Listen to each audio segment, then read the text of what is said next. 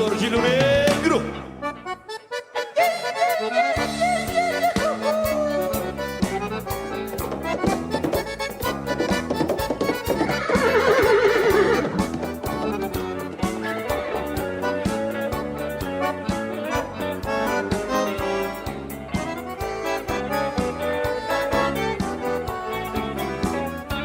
Correu notícia de um gaúcho lá na estância do Paredão.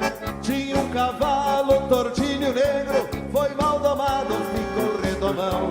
Este gaúcho, dono do pingo, desafiava qualquer peão. Dava o Tordilho Negro de presente pra quem montasse sem cair no chão.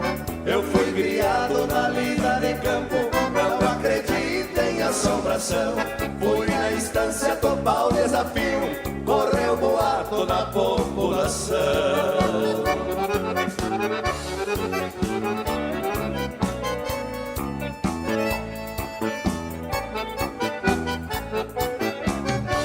Era domingo, clareava o dia, puxei o pingo e o povo reuniu.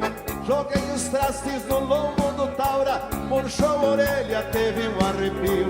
Botei a ponta da bota no estribo, algum gaiato por certo sorriu. Aí lá disseram comigo eram 8, que molhou a perna, montou e caiu. Saltei no lombo e gritei pro povo, este será o último desafio.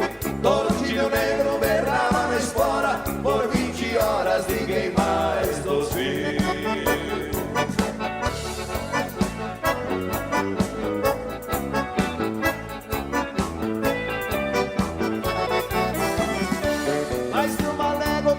Corcoviou, manchou de sangue a espora prateada. Anoiteceu, o povo perguntando, procurava o morto pela invernada.